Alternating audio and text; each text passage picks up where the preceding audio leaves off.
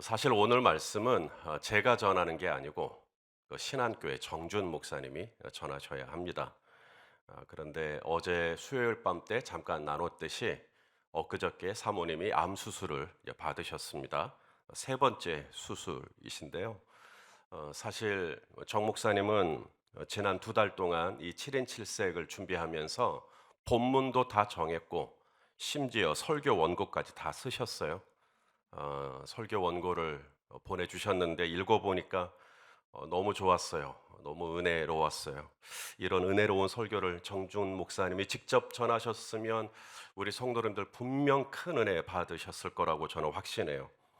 그런데 이제 아내가 암 수술을 받고 또 병원에 누워 있는데 남편이 목사라고 고난주간 특세라고 다른 형제 교회에 가서 아무렇지 않은 듯 말씀을 전한다는 것이 아무렇지 않을 것 같아서 고민하시다가 이제 당신이 지난 주말에 갑자기 저희 목사님들에게 도저히 안 되겠다고 이제 그렇게 말씀을 하셨습니다. 그래서 오늘로 예정된 정준 목사님 대신에 이제 그래도 제가 제일 만만하잖아요. 네. 그래서 제가 여러분들과 함께 똑같은 제목이지만 본문과 내용은 이제 완벽하게 이제 제 것으로 해가지고 함께 말씀을 나누고자 합니다. 오늘 바울은 빌립보 교회 성도들에게 명령을 하나 하십니다. 그리스도 예수의 마음을 품으라. 따라서 합시다. 그리스도 예수의 마음을 품으라. 자, 오늘 본문 5절 말씀입니다. 읽어보시죠. 시작. 너희 너희 안에 안에 이 이 마음을 마음을 품으라. 품으라. 곧 곧 그리스도 그리스도 예수의 예수의 마음이니. 마음이니. 모든 문제는 송교자 원사님 고개 끄덕끄덕거리시면서 벌써 이해하셨다는 거예요. 모든 문제는 그리스도 예수의 마음을 품으면 끝납니다. 왜 갈등하는가? 왜 문제가 있는가? 이것 때문이에요. 그리스도 예수의 마음을 품어라. 그러면 부부 관계, 뭐 자녀와의 관계, 뭐 동료와의 관계 아무 문제가 될 게 없습니다. 그리스도 예수의 마음이 안 품어지니까 이제 문제가 생기는 거죠. 여기서 이 마음이라는 단어는 원어로 생각이라고도 번역할 수 있어요. 생각이라고 번역을 하면 너희 안에 이 생각을 가져라. 그리스도 예수의 생각이니. 뭐 이렇게 혹은 태도라고도 번역이 될 수가 있습니다. 그리스도 예수의 태도를 취하라. 예수님이라면 하셨을 생각, 예수님이라면 하셨을 태도를 나도 하는 것이죠. 자, 그러면 좀 더 구체적으로 그리스도 예수의 마음이 어떤 마음인가? 자, 그다음 6절 말씀을 또 한번 읽어 보시죠. 6절 시작. 그는 그는 근본 근본 하나님의 하나님의 본체시나 본체시나 하나님과 하나님과 동등됨을 동등됨을 취할 취할 것으로 것으로 여기지 여기지 아니하시고. 아니하시고. 자, 우리 예수님이 어떤 분이시라고요? 하나님과 본체시래요. 하나님과 본체라는 말은 예수님이 곧 하나님이라는 뜻입니다. 맞습니다. 본체니까요. 똑같다는 겁니다. 본질이. 예수님은 곧 하나님이시라는 것이죠. 그래서 요한복음 14장에 보면 나를 본 자는 아버지를 보았다. 읽어볼까요? 시작. 예수께서 그래서 이르시되 이르시되 빌립아 빌립아 내가 내가 이렇게 이렇게 오래 오래 너희와 너희와 함께 함께 있으되 있으되 네가 네가 나를 나를 알지 알지 못하느냐. 못하느냐. 나를 나를 본 본 자는 자는 아버지를 아버지를 보았거늘 보았거늘 어찌하여 어찌하여 아버지를 아버지를 보이라 보이라 하느냐. 하느냐. 저희에게 하나님 아버지 좀 보여주세요. 그러니까 예수님이 나를 본 것이 하나님을 본 거다. 나를 본 것이 내 아버지를 본 거다. 어떻게 그런 말씀을 하실 수 있죠? 본체시니까요. 예수님이 곧 하나님과 본체이시기 때문에 이렇게 말씀하실 수가 있는 겁니다. 여러분 가나의 혼인 잔치 아시죠? 포도주가 떨어졌잖아요. 예수님이 물을 가지고 포도주로 바꾸시죠. 어떻게 물이 포도주가 되죠? 하나님이시기 때문에 가능합니다. 예수님이 하나님이 아니시라면 물이 어떻게 포도주가 됩니까? 나사로가 죽은 지 나흘이나 되었죠. 예수님이 나사로야 나오라. 나흘이나 되었기 때문에 수족을 배로 동인채로 걸어 나왔어요. 아니 어떻게 사람을 죽었는데 살리죠? 예수님이 하나님과 본체이시기 때문에 가능합니다. 예수님이 배를 타고 가시는데 큰 풍랑을 만나죠. 예수님께서 바람과 바다를 잔잔케 하시죠. 어떻게 바람과 바다를 그렇게 순식간에 잔잔케 하실 수 있는가 이해가 안 되는데 예수님이 곧 하나님과 뭐예요? 본체 이해가 됩니다. 아, 예수님이 하나님이시구나. 그런데 이렇게 예수님이 하나님이신데 그 다음에 뭐라고 말씀하시냐면 동등됨을 취할 것으로 여기지 아니하시고. 뭘 거부하세요? 뭘 거부하세요? 동등됨을 거절하시는 겁니다. 아니, 하나님과 본체인데 하나님하고 똑같은데 동등됨을 거절하신 그리스도 예수의 마음입니다. 똑같은데 동등됨을 취하지 않는 겁니다. 이게 그리스도 예수의 마음이에요. 그러니까 왜 문제가 생기냐면 당신이나 나나 똑같다는 거죠. 동등됨을 취하기 때문에 늘 갈등이 있는 겁니다. 근데 그리스도 예수의 마음은 동등됨을 취하지 않는 마음. 제자들이 예수님께 묻죠. 어느 때에 이 세상에 종말이 옵니까? 그러니까 예수님이 뭐라 그래요? 그날과 그때는 우리 한번 읽어보죠. 마가복음 13장 32절입니다. 시작. 그러나 그날과 그때는 아무도 모르나니 하늘에 있는 천사들도 모르고 아들도 모르고 오직 아버지만 아시느니라. 아니, 왜 아버지만 아셔요? 예수님이 하나님이시라면서요. 예수님이 근본 하나님과 본체시라면서요. 그러면 예수님도 알 수 있지 않을까요? 그런데 예수님은 하나님과 동등됨을 취할 것으로 여기지 않습니다. 그래서 나는 몰라도 돼요. 내 아버지만 아시면 돼요. 나나 당신이나 똑같으니까 나도 알자. 나에게 좀 말해주라. 이게 아니라 예수님은 몰라도 돼요. 아버지만 아시느니라. 겟세마네 동산에서 기도하실 때 예수님이 땀이 땅에 떨어지는 핏방울처럼 기도하셨어요. 그러면서 하신 기도의 내용이 뭐냐면 내 원대로 마옵시고 아버지의 원대로 되옵소서. 아니, 왜 내 원대로 하면 안 돼요? 예수님의 원대로 하면 안 돼요? 예수님도 하나님과 본체신데, 예수님도 하나님하고 동등하신데, 그러면 예수님의 원도 얘기할 수 있죠. 예수님의 생각, 예수님의 의견, 예수님의 주장, 예수님의 계획, 예수님의 의도. 하지만 예수님은 하나님과 이퀄리티, 동등됨을 취하지 않습니다. 내 원대로 안 돼도 돼요. 나는 몰라도 돼요. 내 생각대로 진행이 안 돼도 돼요. 아버지 생각대로, 아버지 뜻대로, 아버지의 계획대로, 아버지의 의도대로 되면 나는 괜찮아요. 동등됨을 취할 것으로 여기지 않는 겁니다. 이것이 예수님의 마음이에요. 그 다음 두 번째, 예수님의 마음이 또 뭔가? 자, 7절 말씀입니다. 우리 7절 말씀을 또 읽을게요. 시작. 오히려 자기를 비워 종의 형체를 가지사 사람들과 같이 되셨고, 예수님이 어떻게 하셨대요? 자기를, 통장을 비웠어요? 다른 걸 비운 게 아니라 뭘 비워요? 자기를 비웠어요. 자기를. 여러분, 여기서 자기가 누구죠? 예수님이죠? 예수님은 곧 하나님이시죠? 그걸 비우신 거예요. 내가 하나님이다. 나 하나님하고 본체다. 나 하나님하고 동등하다. 이걸 비우신 거예요. 이걸 비우신 겁니다. 자기를 비우신 거예요. 나 이런 사람이다. 이걸 비우신 거예요. 그리고는 무슨 형체를 가지셨냐면 종의 형체를 가지셨대요. 여기 우리말로 번역된 형체라는 단어가 그 앞에 그는 근본 하나님과 뭐요? 본체, 형체, 본체, 형체 똑같은 단어입니다. 그러니까 하나님의 형체가 종의 형체가 돼버린 거죠.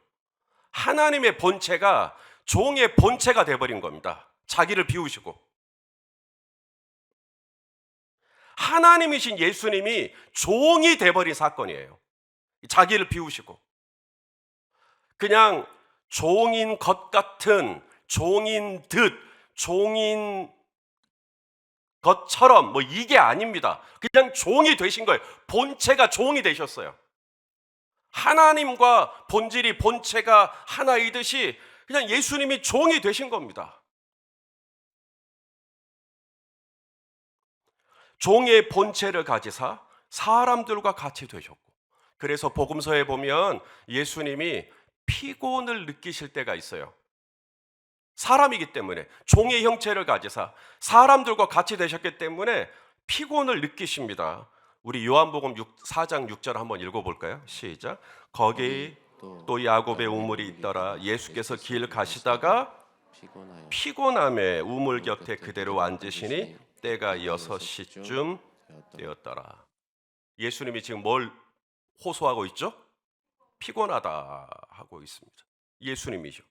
피곤하다. 마태복음 8장 24절에도 보니까 바다에 큰 놀이 일어나 배가 물결에 덮이게 되었는데도 예수님은 뭐 하시고 계셔요? 주무시죠. 얼마나 고나시면 주무셔요. 지금도 주무시는 분이 계시죠. 예. 얼마나 고나시면 우리 예수님 닮고 싶어서 어떤 상황과 악조건 속에서도 주무시죠. 예.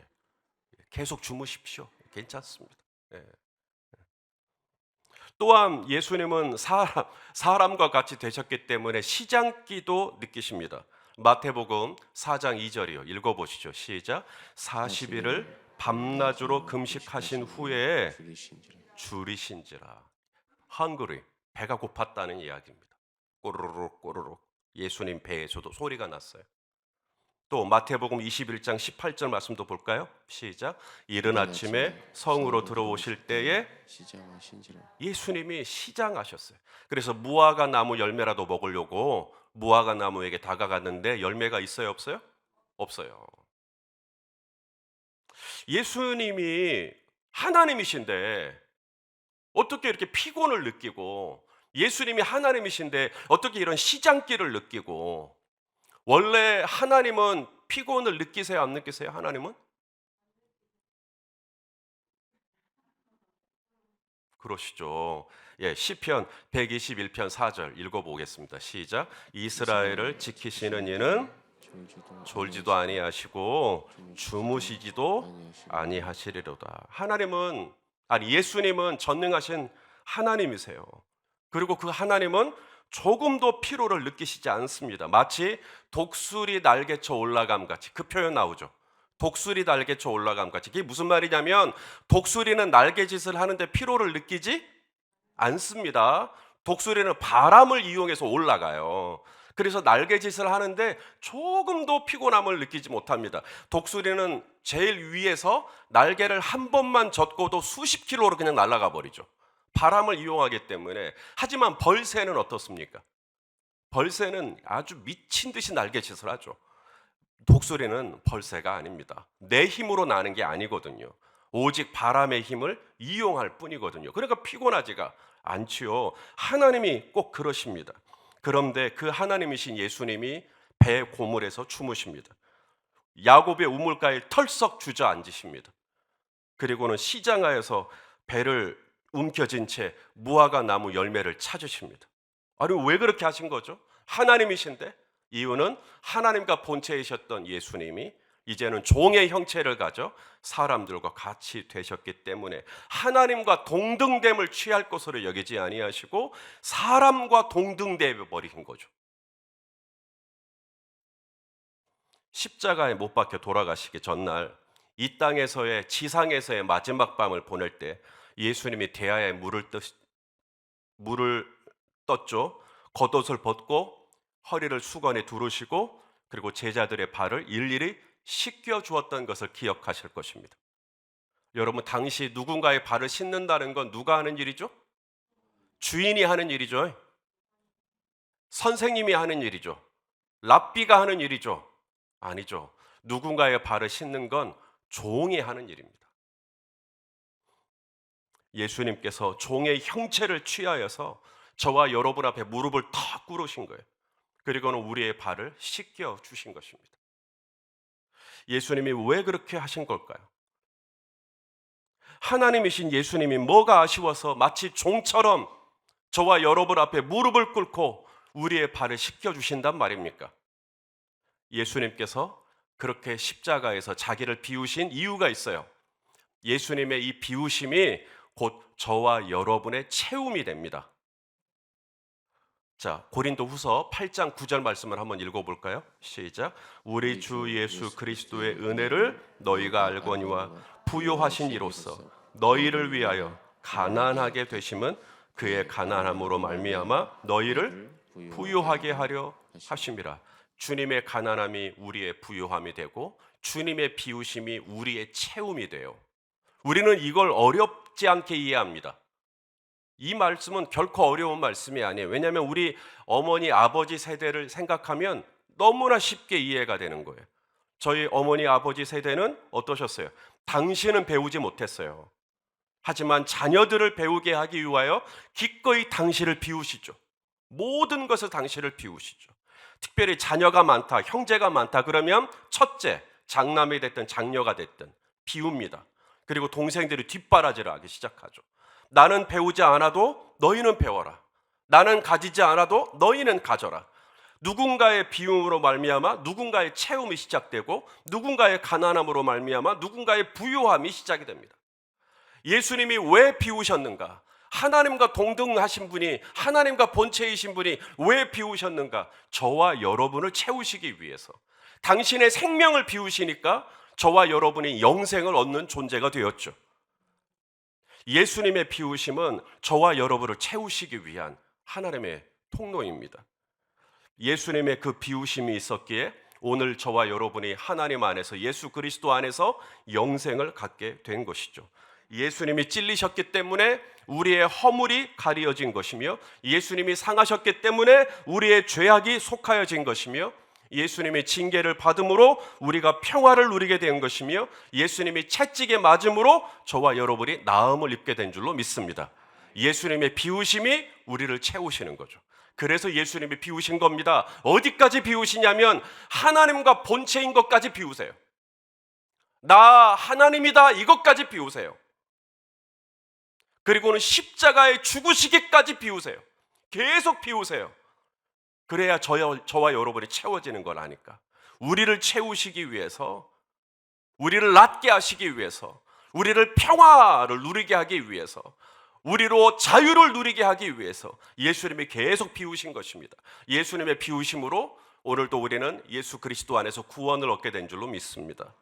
그 다음 두 번째, 예수님이 왜 비우셨냐면요, 우리를 채우시기 위해서 비우셨지만 동시에 저와 여러분에게 본을 보이기 위해서 비우신 거예요.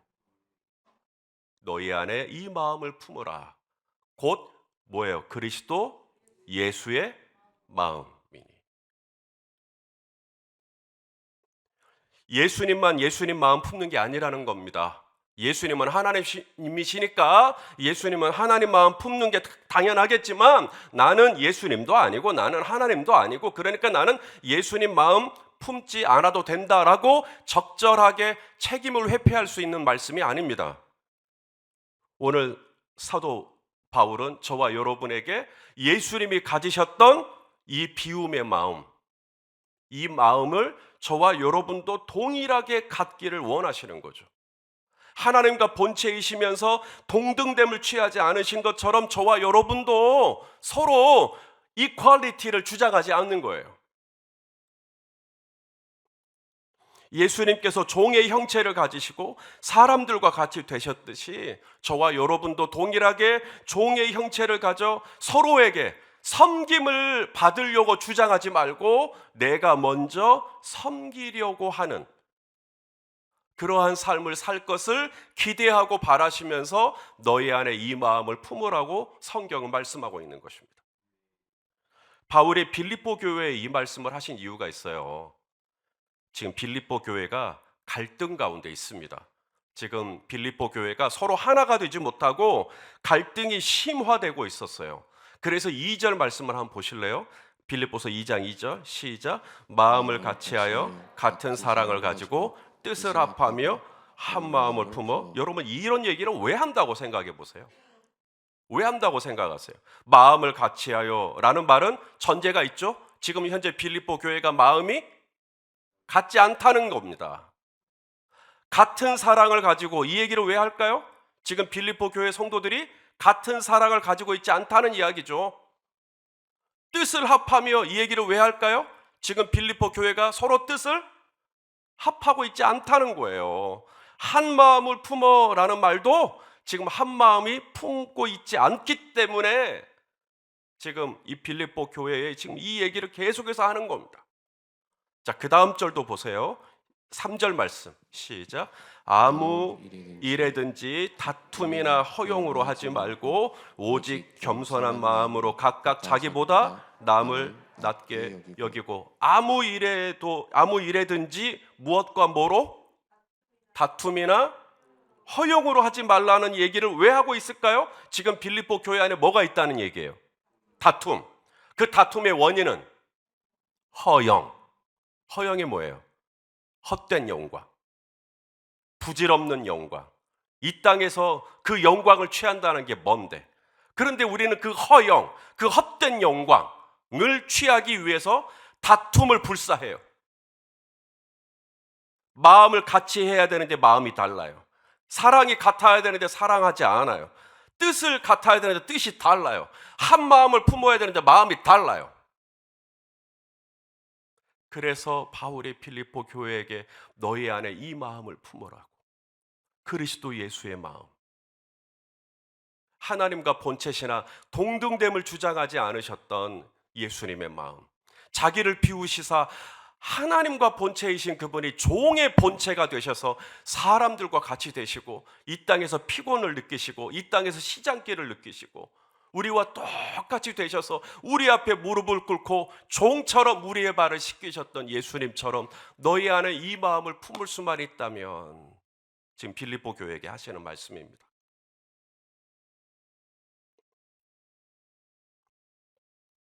사랑하시는 성도 여러분, 그리스도 예수의 마음은 바로 자기를 비우는 마음이에요.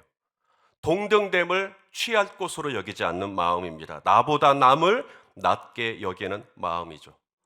하나님과 본체 되려고 하지 않고 오히려 종의 형체를 가져 섬김을 받으려 하기보다는 도리어 섬기려 하고, 대접을 받으려 하기보다는 도리어 대접하려고 하고, 주장하려고 하기보다는 오히려 양보하려고 하고, 이기려고 하기보다는 져주려고 하고, 용서하지 않으려기보다는 품어주려고 하는 마음이 곧 그리스도 예수의 마음이죠.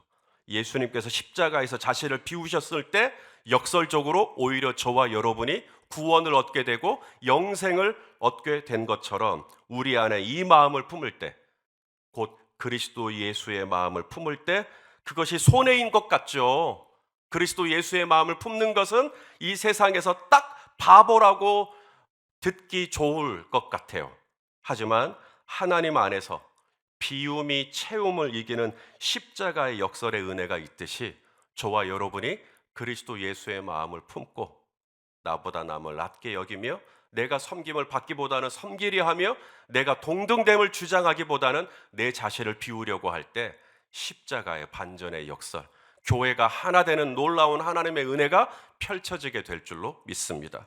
오늘도 십자가를 바라보고 거기서 나를 위하여 당신을 철저히 비우셨던 예수님을 본받아서 우리도 예수의 마음을 품고 예수의 생각을 하고 예수의 태도를 가지고 이날 하루 주님의 길을 잘 따라가는 저와 여러분 될 수 있기를 주님의 이름으로 축원합니다. 제가 제일 짧았죠, 설교. 기도하시겠습니다. 존귀하신 하나님, 우리 안에 그리스도 예수의 마음을 품을 수 있게 하여 주시옵소서. 동등됨을 취하고 싶습니다. 비우고 싶지 않습니다. 왜 나만 비워야 되느냐고 따지고 싶습니다. 예수님께서 십자가에서 종의 형체를 가지사 죽으시기까지 자기를 비우신 것처럼 주여 너희 안에 이 마음을 품으라 말씀하셨으니, 주여 내가 이 말씀 앞에서 도망칠 수 없다면 정말로 이 말씀 그대로 그리스도 예수의 마음을 품기를 이 아침에 기도하기를 원합니다. 주여 우리 안에 예수의 마음, 예수의 생각, 예수의 태도가 점점 자리 잡아갈 수 있도록 우리 안에 성화의 은혜를 허락하여 주시옵소서. 예수님의 이름으로 기도하옵나이다. 아멘.